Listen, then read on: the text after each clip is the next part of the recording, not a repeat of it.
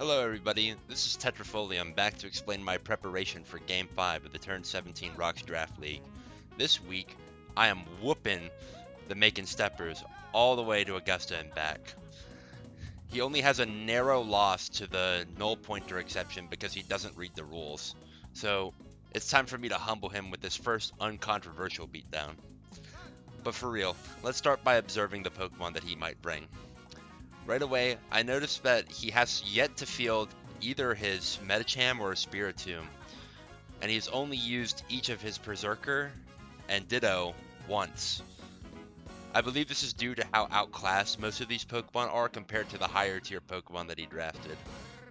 For example, why bring Spiritomb as a defensive pivot with Will-O-Wisp when Rotom-Mow is much faster, has a stronger special attack, and gets Stab Volt Switch to build momentum? Why would you bring Medicham as a fighting type wall breaker when you have a Terra fighting Ceruledge who could do the same thing a lot easier and a lot better?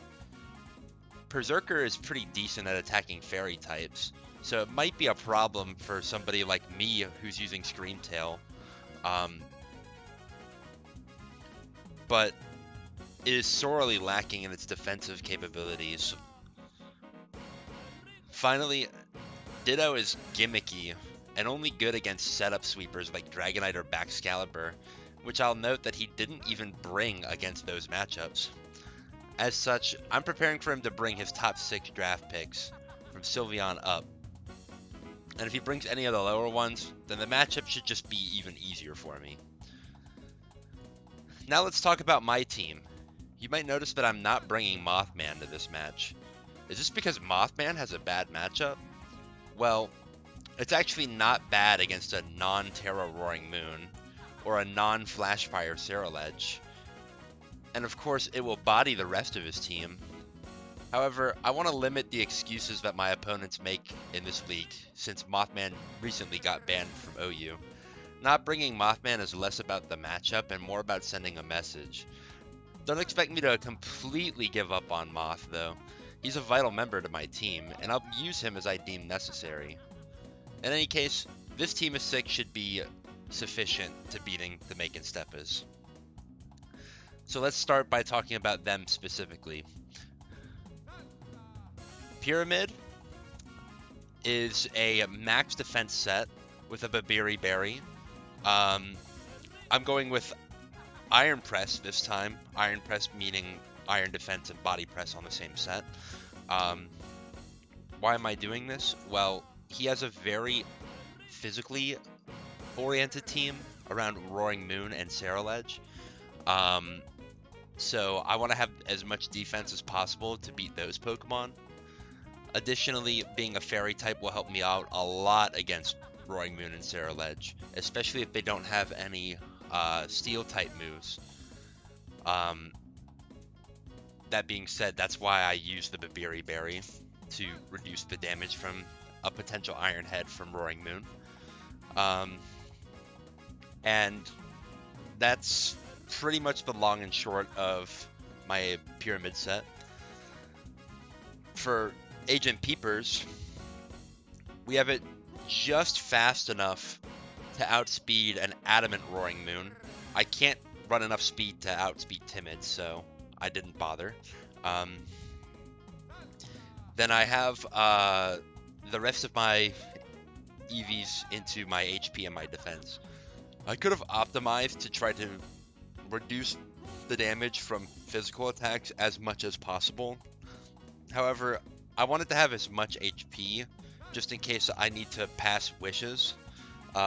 Wish, of course, is based on the HP stat of Peepers, and the higher my HP is, the more HP I can pass to other Pokemon.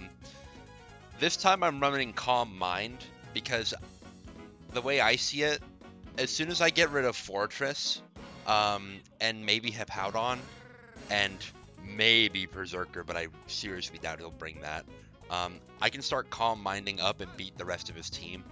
Dazzling Gleam is enough coverage to beat everything else. So this should be fine. Next we have Agent Thigh Highs. who I have with an assault vest.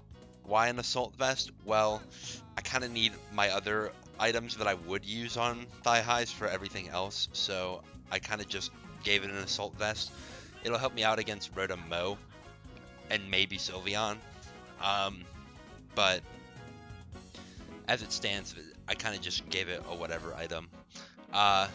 For the speed, I gave it just enough to outspeed Rhoda Mo with no investment.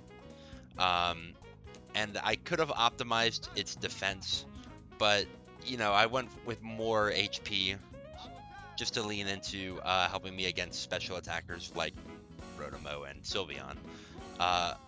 Why do I have Trop Kick instead of Power Whip? Well, I kind of figured I don't really need the Power Whip. I mean, even if he gives me Hippowdon, I have so many other Pokemon on my team that deal with Hippowdon that I didn't even bother. And Trop Kick will lower the attack of Ceruledge or Roaring Moon if they come in on switch in, and that'll help me out a lot. As for the other moves, Rapid Spin and U-Turn are very normal, and Play Rough is just for Roaring Moon. I guess also maybe Medicham, but again, I don't think he's gonna bring that. Next we have Agent Showgirl, who I'm hoping to get a little bit more action this time around, since I kind of just sacked it last game. We have the pretty standard heavy duty boots, Quiver Dance, Rev Dance, Hurricane, and Roost set. As for the EVs, I gave it 249 speed. I cannot for the life of me remember why I did that. What I usually do is I build these teams like the night, like some night, and then I'll record this part of the video like a day or two after. So sometimes I have to piece together why I did some of these things, and I just cannot for the life of me remember why 249 speed was so important for Showgirl, but I'll roll with it. I did optimize the EVs to give myself the best defense possible against any physical attacks. So, I mean, if I did all that, there's probably a reason why I needed the speed the way that it was. I don't know. Maybe it'll come into play. Maybe it won't. Next, we have I almost said Aaron Yeager, Agent Yeager, who has probably the most Chinese spread of all the Pokemon here. It makes sense. It has just enough speed to be 2 points faster than Rhoda Mo. Now you might, or rather a Rhoda Mo that is uninvested. You might ask, why would I be 2 points faster than Rhoda Mo while it's an uninvested Rhoda Mo? Well, for starters, remember that the max sets are 252, 252, and 4. So this gives me a chance against him if he goes like max HP, max special defense, just for example, and then 4 EVs into his speed. Additionally, if I looked on Smogon for Ceruledge sets to see if he might change it up, what he might change it up to. And one of the very popular Ceruledge sets on Smogon was just enough speed to speed creep an uninvested Rotom, so that would be 209 speed. So I wanted to be 210 just to make sure that I'll be faster than that. I maxed the attack and then I optimized the defense, and yes, 8 HP is optimal for this defense bracket. It's very strange. I don't know why that's the case, but that just is the case. I'm running Life Orb and Sheer Force this time instead of Slush Rush.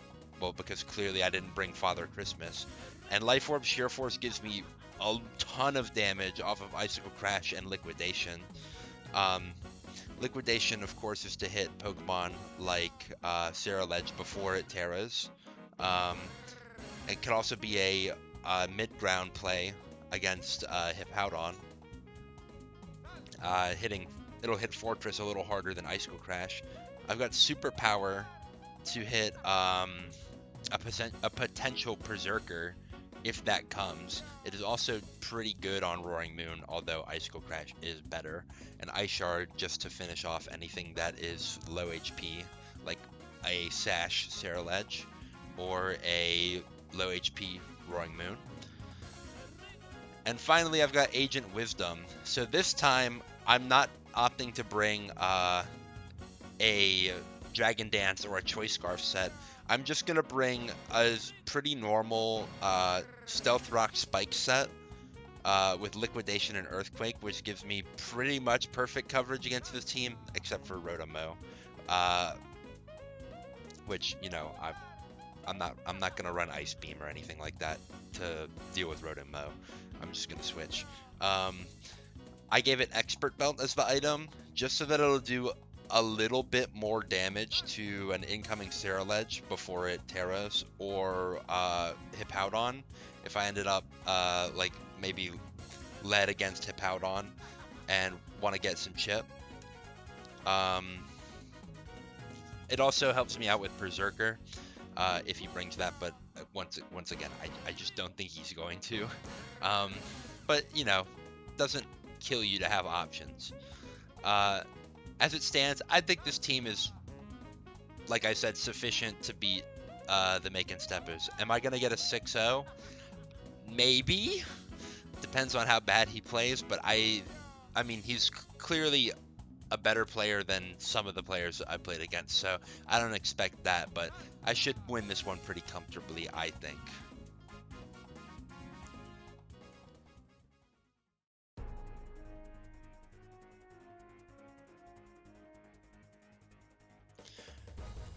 Alright, let's get into the battle. I was talking a lot of mess in my preparation. Let's see if it was warranted or if I was just talking out my ass. So, he brought 5 of the 6 Pokemon that I anticipated him to bring. He did opt to go for Ditto instead of Sylveon. Why? Well, maybe he was anticipating that I go Volcarona and trying to get a reverse sweep. Now, I don't think that Ditto necessarily is a good counter to Volcarona, because when Volcarona boosts its special attack, it also boosts its special defense. So it should be taking relatively the same damage as it boosts compared to when it's unboosted. And then also I'll have Morning Sun to heal myself back up. Now, it's not going to come into play here because I don't have Mothman on my team, and, well, so you can't copy it. In any case, his team, once again, very normal, usual type of team for his draft. Mine, I'm an enigma. You can never guess what I'm going to do. Let's go ahead and start. So I start with Whiscash here, expecting him to lead either Hippowdon or Fortress. If he happened to lead Rotom-Mow, then I would hard switch to Serena. But I did get this matchup right here against the Hippowdon. So I'm just going to start by throwing spikes. It'll force him to come in with Fortress at some point. And if Fortress is forced to Rapid Spin, then that gives me basically a free turn to do whatever I want on the turn that he goes for Rapid Spin. I'm going to get all the spikes up. Here comes my max defense, taking very little, and I get Whirlwinded out on the 3rd layer of spikes, and I get put right into my Thigh Highs, which is probably the worst Pokemon that he could have Whirlwinded me out to. Especially since he doesn't know what my set is. If I was max attack adamant with Power Whip, I am threatening a KO on a specially defensive Hippowdon. It is very strong. So clearly he's going to have to switch to Fortress here. I'm going to Trop Kick just for damage, and in case he switched like hard into Ceruledge, maybe trying to catch like a U-turn or something. For Ceruledge, the most important thing for me is to keep it low on its boosting.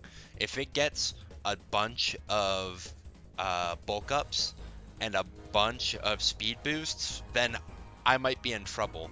But if I can keep its if I can keep its attack stages down, then it's not really a problem for me. So I just drop kick into the Fortress, and he reveals that he has eject button on Fortress. That is kind of tech, but also is not going to work out for him. He goes hard into Roaring Moon, I guess anticipating that I'm not going to be able to touch him. As he booster energies up, stays into Dragon Dance, and then gets popped by Play Rough. That's kind of brutal for him. Now, if I missed Play Rough, we would have an interesting few turns where I would probably have to go to Garganical to Terra Fairy, get Assault Cure off, take the damage, and then sack something else. But I don't miss the Play Rough because, you know me, I just never miss. And I kill the Roaring Moon. So he goes into Ceruledge, which is starting to get set up. I U-turn out to get his proc the weak armor, and he's at +1 defense, +2 speed. A shift gear boost, if you would. I go straight to Wisdom because I know Wisdom can take any one hit from this range, even a Terra Fighting close combat. And in fact, it will force him to go for a Terra Fighting close combat because Shadow Sneak and Bitterblade do practically nothing. And he doesn't want to stay a fire type when my Earthquake is threatening to do a lot of damage. He goes down to low defense here. I get him down to 55. He is going to get another speed boost, but I don't really care because he's at +2. He's already faster than every Pokemon on my team. I'm going to sack Wisdom here, which is the smartest play. Then go to Garganical and go Terra Fairy. I absolutely live the close combat, and I KO with Body Press. Now, what I was seeing here was that I do KO with Body Press unless he bulks up. But if he bulks up, then he's at really low HP. And a +2 Bitterblade, I don't think knocks out my Agency Pyramid. And if I'm really, really scared of it, I can always... Actually, I don't know what I could do. Could maybe sack Thigh Highs? Actually, no, I don't know. Maybe he should have just... maybe he should have just went for the bulk up there. I don't know. Probably not. He might still die. I don't remember all the calcs. He's going to go into Fortress here. And I identify, well, Fortress is going to, spin the rocks. I mean, spin the spikes away. I get my free turn.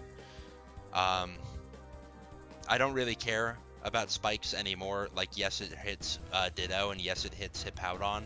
But I'd rather just get set up to win the game with Agency Pyramid. My Babiri Berry comes into play, turns 4 damage into 2. And then he goes to Rotom. Now, Rotom is the only Pokemon of his remaining 4 who can do anything to the Agency Pyramid. And he chooses to Will-O-Wisp, which obviously doesn't work against a Purifying Salt. I get Body Press damage off because it has a chance to kill. I don't get the roll. If he went for Leaf Storm here and hit, it would have dropped me to, well, you'll see. Okay, maybe you won't see. It would have dropped me to about 70%, which means that if I don't get the kill there, I'm pretty much forced to switch. I would probably switch to Serena. And I would not be able to use the agency pyramid again until this Rotom goes down. But I just get Assault Cure because I'm at full HP and he's at 4 HP. I know Assault Cure will kill. And if he goes for a switch, which he did, then Assault Cure is really good on whatever he switches to. I'm gonna go ahead and get to plus 6. No reason not to. And I survive a Leaf Storm on, yeah, about 11%. So, yeah, he should have just went for Leaf Storm the first time. It would have stopped Agency Pyramid from getting basically a sweep on the rest of this team. But now he's going to go to Ditto. And this is where I thought that I fucked up. I'll be honest. He's at plus 6. He does so much damage potentially with his body press, and I'm at 11 HP, so this really could ruin my day. And he doesn't go for it. Why doesn't he go for it? Well, if you look at the calc, Fairy type Agency Pyramid with plus 6 defense lives this body press. It's absolutely insane. It only does 10 maximum. I just, that floors me how how great Agency Pyramid lives its own attacks. And of course Salt Cure is not gonna kill. And of course I'm gonna go for Recover. This is just hilarious to me. And I will take care of this Ditto if it stays in. Now, if he was a Covert Cloak Ditto, he actually might have an out here, because he'll Salt Cure me, and I can't really Salt Cure him. And yes, I do have plus 6 defense, and I can be body pressing the Ditto for super effective, but it only does about a quarter damage, so I will eventually lose out the War of Attrition, especially since Ditto can just switch and then come back in to get all of its PP back. But of course he's Scarf Ditto because he's not thinking about how to beat my team. He's just thinking about making one team to beat everybody. That's just not how you should play a draft league. And yeah, we're just gonna recover. I'm going to get my damage on Hippowdon, and he's going to Whirlwind me out, which effectively stops the sweep. But then he Whirlwinds me out to probably the worst Pokemon that he could have Whirlwinded me out to. Because so Titan is going to get a kill here with Liquidation. I choose to go for Liquidation because, well, it hits Fortress better. I think Icicle Crash probably still would have killed Fortress. But it would kill Hippowdon or Fortress, and it doesn't have a chance to miss. So that's basically the long and the short of it. He's going to go to Ditto to try to reverse the sweep on my Agent Jaeger, who has Superpower. And I say, no, I'm not going to let you Superpower me. I'm going to Showgirl. But then he Icicle Crashes and kills Showgirl. So this is 2 weeks in a row that I just end up sacking Showgirl. It's so sad. So sad. I wanted her to do well. But I know Ditto only gets 5 PP. And I know that Icicle Crash does not do more than half. So I'm just going to PP stall it out of all of its Icicle Crashes here. And Psych, I know he was going to switch to Hippowdon, so I Dazzling Gleam on that turn, which secures a 2-hit KO. I'm much faster, of course. And then he can go to Ditto to copy my Peepers, but as we know with my set, I have no special attack investment. Dazzling Gleam's the only move, and I can just call mine up in front of the Ditto, and this is a wrap. I win this game. Now, Speedy D says, he said to me at this time, I'm not going to let you get to +6, and forfeited.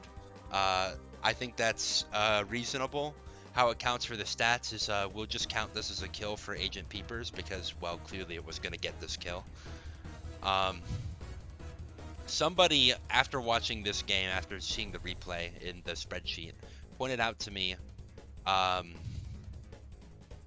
actually, let's see, sorry, on this turn with the Ditto, that if Ditto gets a critical hit, that does kill my agency pyramid. Yes, that's true. And I may be screwed then, you might think, because I'm getting hit with ×4 damage body presses on all my team. However, Screamtail from a maximum defense, Garganical, like 252 with a plus defense nature, ×4, does about a quarter damage with body press, and he'll be locked into body press because, well, he's Choice Scarf. So even if he manages to get the body press and critical hit there, which, no, I don't know. I just don't see why there's a reason to go for the body press, other than literally praying for the crit. I still can win this game because Peepers is going to force him to switch out. If he goes, his best play is probably to go Hippowdon, and then I'm just going to switch around, and so Titan is eventually going to, or excuse me, Agent Jaeger is eventually going to clean this up for me. So I was never worried at this point. Probably the only turn that I might have been in a bad spot was here. If he clicked bulk up and he didn't die, I could have been in trouble. Bitterblade, I don't know if Bitterblade kills Agency Pyramid at +2 from here. I could probably run a calc and show that, but supposing it did, we would have had to do something crafty, probably with Screamtail, and would have been a lot closer game, but I think I still could win this one. In any case, that's basically it. Is it unfortunate that I beat him so bad? No, because now he'll learn. He'll go to playoffs knowing to fear me, and that I don't even need my Uber to beat him. So go ahead and make your trades, Speedy D. You're gonna need them.